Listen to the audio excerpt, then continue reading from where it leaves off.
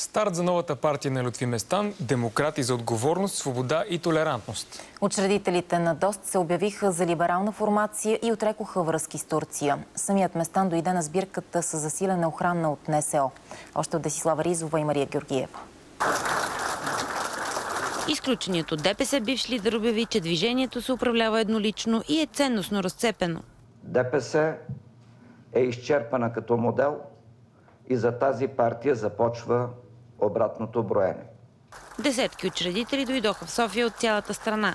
Някои с автобуси. Мехмед Ходжа е първият въстанал срещу Ахмед Доган през 1994-та. Още тогава напуснал партията. Когато нейните избиратели живеят с 150 лева пенсии, той да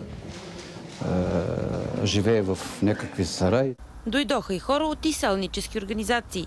Те смятат, че новата партия ще вдигне избирателната активност в Турция. Аз съм тук за по-демократична България. Някои обясниха, че са дошли само да погледат и няма да стават учредители на партията. Протурска ли? Да. Вижте какво ще ви кажа, само едно ще ви кажа. Престанете с тези инсонации. И докато от едната страна на улицата течеше учредяването на партия ДОСТ, от другата протече протест срещу нея.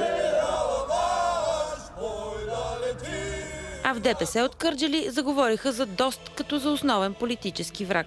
Тя ще е наш противник в това отношение. Така че няма какво да не обидявам, след като аз казах, че те се опитват да разделят нашия народ, нашия избирател.